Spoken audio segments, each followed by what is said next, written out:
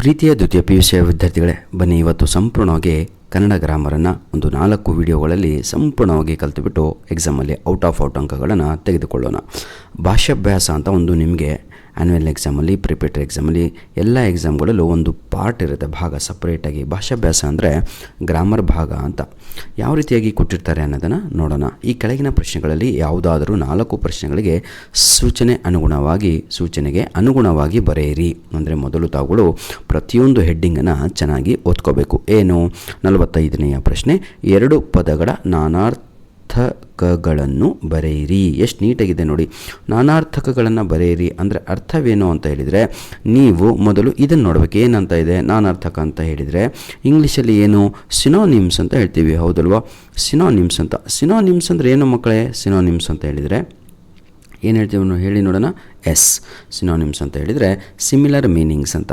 ಈಗ ಒಂದೊಂದಾಗಿ ನಾವು ಇಲ್ಲಿ ಬಿಡಿಸ್ತಾ ಹೋಗೋಣ, ಇಬ್ಬರು ಕೂಡ ಕಲಿಯೋಣ. ಬಹಳ ಆಯಿತಾ? ಏನು ಬಟ್ಟೆ ಅಂತ ಇದೆ. ಮೊದಲು ಬಟ್ಟೆ ಅಂತ ತಗೊಂಡು ತಾವುಗಳು ಅದರ ಮುಂದೆ ಏನು ಮಾಡಬೇಕು ಅಂತ ಹೇಳಿದರೆ, ನಿಮ್ಮ ಎಕ್ಸಾಮಲ್ಲಿ ಈ ರೀತಿಯಾಗಿ 2 ಡಾಟನ್ನು ಹಾಕಬೇಕು. ಆಯಿತಾ? ಹಾಕ್ಕೊಂಡು ಅದಕ್ಕೆ ಉತ್ತರವನ್ನು ಬರೀಬೇಕು. ಏನಂತ ಬರೀತೀರಾ ಎಕ್ಸಾಮಲ್ಲಿ? ವಸ್ತ್ರ ಅಂತ ಬರೀರಿ. ಬಟ್ಟೆ ಅಂದರೆ ಏನು ತಮ್ಮ?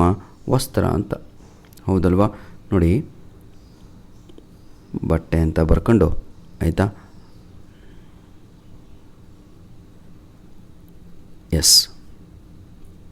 ಈ ರೀತಿಯಾಗಿ ಬರೆದು, ಯಾಕಂದರೆ ಸ್ಪೆಲ್ಲಿಂಗ್ ತಪ್ಪಾಗಬಾರ್ದಲ್ವ, ಅದು ಮುಖ್ಯ. ತಾವತ್ ಕೊಟ್ಟು ಅದಕ್ಕೆ ಒಂದು ಅಂತ ಬರೀರಿ. ಆದರೆ 2 ಅಂತ ಕೇಳಿದ್ದಾನೆ, ಹೌದಲ್ವಾ? ಹಾಗಾಗಿ ಇದಕ್ಕೆ ಇನ್ನೊಂದು ಏನು ಬರಬಹುದು ಅಂತ ಹೇಳಿದರೆ, ದಾರಿ ಅಂತಲೂ ಕೂಡ ಬರುತ್ತೆ. ಇದು ಸರಿಯಾದ ಉತ್ತರ ಆಗಿರುತ್ತೆ. ನಂತರದಲ್ಲಿ ಇನ್ನೊಂದು ಯಾವುದು ಕೊಟ್ಟಿದ್ದಾರೆ? ಕವಿ ಅಂತ ಇದೆ. ಈಗ ಕವಿ ನೋಡೋಣ. ಕವಿ ಅಂತ ಬರ್ಕೊಳ್ಳಿ ನಿಮ್ಮ ಒಂದು, ಹೌದಲ್ವಾ? ಕವಿ ಅಂತ ಬರ್ಕೊಂಡು ಅದಕ್ಕೊಂದು ಐಫೋನ್ 2 ಚಿಕ್ಕಿ ಈ ರೀತಿಯಾಗಿ ಇಟ್ಟುಬಿಟ್ಟು, ಕವಿ ಅಂದರೆ ಏನು? ಹೌದಲ್ವಾ? ಆವರಿಸು ಅಂತ. ನೋಡಿ, ಈಗ ಕವಿದಾದ ಅಂತ ಹೇಳ್ತೀವಲ್ವ. ಕವಿದಾದ ಅಂದ್ರೇನು? ಆವರಿಸು ಅಂತ, ಹೌದಲ್ವಾ? ನಂತರದಲ್ಲಿ ಇನ್ನೊಂದು ಏನು ಬರೀತೀರಾ? ಅದಕ್ಕೆ ಇನ್ನೊಂದು ಏನು ಬರೀತೀರಾ? ಕವಿಗೆ ಕಾವ್ಯ ರಚನಾಗಾರ ಅಂತ. ನೋಡಿ, ಕಾವ್ಯ ರಚನಾಗಾರ ಅಂತ. ಈ ರೀತಿಯಾಗಿ ತಾವುಗಳು ಎಕ್ಸಾಮಲ್ಲಿ ಬಿಟ್ಟರೆ ನಿಜವಾಗಿಯೂ ಒಳ್ಳೆಯ ಅಂಕಗಳು ಸಿಗುತ್ತೆ. ಈಗ ಅರಿ ಅಂತ ಇದೆ. ಅರಿ ಅಂದರೆ ಏನು ತಮ್ಮ? ಅರಿ ಅಂತ ಹೇಳಿದರೆ, ಹೌದಲ್ವ? ಈ ರೀತಿಯಾಗಿ ಹಾಕಿಬಿಟ್ಟು ಏನಂತ ಬರೀತೀರಾ? ವೈರಿ ಅಥವಾ ತಿಳಿ ಅಂತ ಬರೆಯುವಂಥದ್ದು. ಬನ್ನಿ ಈಗ ಮುಂದಿನ ಒಂದು ಪ್ರಶ್ನೆಯನ್ನು ನೋಡೋಣ. 46ನೆಯ ಪ್ರಶ್ನೆ, 2 ಪದಗಳ ಗುಣವಾಚಕಗಳನ್ನು ಬರೆಯಿರಿ ಅಂತ ಇದೆ, ಹೌದಲ್ವ? ಗುಣವಾಚಕ ಅಂದ್ರೇ ಗೊತ್ತಾಗ್ತಾ ಇಲ್ಲ ನಮ್ಮ ಮಕ್ಕಳಿಗೆ, ಅದು ಪ್ರಾಬ್ಲಮ್. ಈಗ ಪ್ರಾಬ್ಲಮ್ ಏನು ಅಂತ ಹೇಳಿದರೆ, ಈಗ ಇದು ಭೀಮ ಅಂತ ಇದೆ, ಗಟ್ಟಿಪಾದ ಅಂತ ಇದೆ, ಶ್ರೇಷ್ಠ ವಿಜ್ಞಾನಿ ಅಂತ ಇದೆ. ಈ 4 ನೀವು ನೋಡಿದರೆ ನಿಮಗಿಲ್ಲಿ ಏನಾಗತ್ತೆ ಅಂತ ನಾನು ಹೇಳ್ಕೊಡ್ತೀನಿ. ನೋಡಿ ಈಗ ಮಕ್ಕಳೇ ಏನಾಗುತ್ತೆ ಅಂತ. ಇಲ್ಲಿ 4ರಲ್ಲಿಯೂ ತಾವುಗಳು ಡಿವೈಡನ್ನು ಮಾಡ್ಕೋಬೋದು. ಯಾವ ರೀತಿಯಾಗಿ ಅಂತ ನಾನೀಗ ಹೇಳ್ಕೊಡ್ತೀನಿ, ತಾವುಗಳು ನೋಡಿ. ಈಗ ಭೀಮ ಅಂತ ಇದೆ. ಕಲಿ ಬೇರೆ, ಭೀಮ ಬೇರೆ. ಗಟ್ಟಿಪಾದ, ಗಟ್ಟಿ ಬೇರೆ, ಪಾದ ಬೇರೆ. ಶ್ರೇಷ್ಠ ಬೇರೆ, ವಿಜ್ಞಾನಿ ಬೇರೆ. ಇಲ್ಲಿ ನೌನ್ ಇದೆ, ಒಂದು ಕಡೆ ಅಡ್ಜೆಕ್ಟಿವ್ ಇದೆ. ಹಾಗಿದ್ರೆ ಇಲ್ಲಿ ಕೇಳಿರೋದು ಏನು ಗೊತ್ತಾ? ಗುಣವಾಚಕ ಅಂದರೆ ಅಡ್ಜೆಕ್ಟಿವ್ ಅಂತ. ಹಾಗಿದ್ರೆ ನೋಡಿ, ಇಲ್ಲಿ ಸರಿಯಾದ ಉತ್ತರವನ್ನು ನಾನು ನಿಮಗೆ ಹೇಳ್ಕೊಡ್ತೀನಿ. ನೋಡಿ, ಆನ್ಸರ್ ಏನು ಗೊತ್ತಾ? ಮೊದಲನೆಯ ಉತ್ತರ ಎಕ್ಸಾಮಲ್ಲಿ ಎಷ್ಟು ಈಸಿ ರೀ. 46 ಅಂತ ಹಾಕಿ, ಆಯಿತಾ? ಅಂತ ಹಾಕಿ ಮೊದಲನೆಯ ಉತ್ತರ ಇಲ್ಲಿ ಬರೇ ಕಲಿ ಅಂತ ಬರೆದ್ರೆ ಮುಗೀತು ಸರ್. ಅದನ್ನೇ ಕಾಪಿ ಮಾಡಿ ಬರೆಯೋದು. ಬಿ ಅಂತ ಹಾಕ್ತೀನಿ. ಮೊದಲನೆಯ ಭಾಗ ಯಾವುದು? ಗಟ್ಟಿ ಅಂತ. ಇಲ್ಲಿ ಆನ್ಸರು ಗಟ್ಟಿ ಅಂತ. 99% ಮೊದಲನೆಯ ಭಾಗವೇ ನಿಮ್ಮ ಉತ್ತರ ಆಗಿರುತ್ತೆ. ಯಾವುದಕ್ಕೆ? ಗುಣವಾಚಕಗಳಿಗೆ. ಶ್ರೇಷ್ಠ ವಿಜ್ಞಾನಿ ಅಂತ ಇದೆ. ಶ್ರೇಷ್ಠ ವಿಜ್ಞಾನಿ ಅಂದರೆ ಶ್ರೇಷ್ಠ ಅಂತ.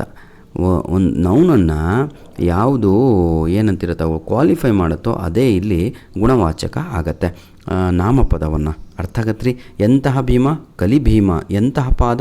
ಗಟ್ಟಿ ಅಂತ ಉತ್ತರ. ಈ ರೀತಿಯಾಗಿ ಅರ್ಥ ಆಯಿತು ಅನಿಸುತ್ತೆ. 47ನೆಯ ಪ್ರಶ್ನೆಯನ್ನು ನೋಡೋಣ. ಬೇಜಾರಾಗ್ಬಿಡಿ, ಭಾಳ ಕೊರಿತಾ ಇದ್ದೀನಿ ಅಂತ, ಆಯಿತಾ?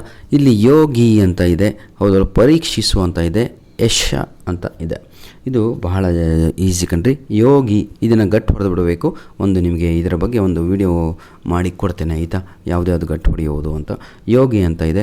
ಇದನ್ನು ಎಕ್ಸಾಮಲ್ಲಿ ಯೋಗಿ ಅಂತ ಬರ್ಕೊಂಡು, ಆಯಿತಾ? ಈ ರೀತಿಯಾಗಿ ಹಾಕ್ಕೊಂಡು ಅದಕ್ಕೆ ಮುಂದೆ ಏನು ಬರೀತೀರಾ ತಾವುಗಳು? ಜೋಗಿ ಅಂತ ಬರೀಬೇಕು. ಇಷ್ಟೇ, ಜೋಗಿ ಅಂತ. ಅರ್ಥ ಆಗತ್ರಿ? ನೆಕ್ಸ್ಟು ಪರೀಕ್ಷಿಸು ಅಂತ ಇದೆ. ಪರೀಕ್ಷಿಸುಗೆ ತಾವು ಬರೀಬೇಕಾಗಿರೋದು ಏನು ಅಂತ ಹೇಳಿದರೆ, ಪರಿಕಿಸ್ಸು ಅಂತ. ನೋಡಿ, ಪರಿಕಿಸು ಅಂತ. ಅರ್ಥ ಆಗತ್ತಾ? ಪರಿಕಿಸು ಅಂತ. ನೆಕ್ಸ್ಟು ಯಶ ಅಂತ ಇದೆ. ಯಶ ಹೌದಲ್ವ, ಅದನ್ನು ಜಸ ಅಂತ ಬರಿಬೇಕು. ಜಸ ಎಲ್ಲ ಫಸ್ಟು ಇರುತ್ತಲ್ವ ಅದನ್ನು ಬರೆಯುವಂಥದ್ದು.